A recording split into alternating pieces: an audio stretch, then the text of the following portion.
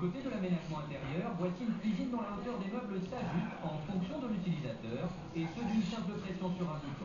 Quant à la salle de bain, un astucieux système de rail permet de moduler les éléments à volonté. On part d'un rail qui est complètement venu au départ et on y rajoute un lavabo où on veut, on y rajoute un élément, on y rajoute des aides pour transfert et on s'adapte à l'utilisateur.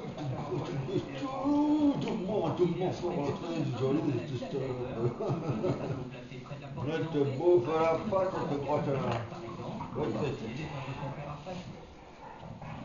À l'étranger, en Afghanistan, la commission électorale a proclamé Hamid Karzai président et a annulé le second tour du scrutin présidentiel qui était prévu samedi prochain. Il faut dire que son seul rival, le docteur Abdullah Abdullah, avait jeté l'éponge.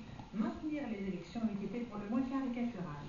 Et puis aux États-Unis, une image très symbolique, celle de l'arrivée à New York du dernier né de la marine américaine, l'USS New York, construit en partie avec des décombres du World Trade Center.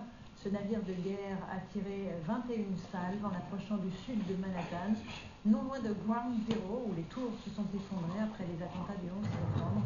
Des milliers de personnes, parmi lesquelles des secouristes et des dizaines de proches des victimes, sur les quais.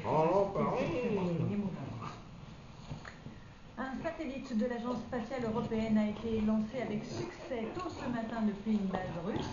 Sa mission sera de mesurer l'impact du changement climatique sur la Terre à travers l'eau qui est contenue dans les sols et dans les niveaux de sel des océans. C'est une première mondiale, comme nous l'explique Christine Chapuis. Le réchauffement climatique a désormais un nouveau gardien. Le satellite SMOS, lancé cette nuit de Russie par l'Agence spatiale européenne, sera l'observateur privilégié du cycle de l'eau sur Terre.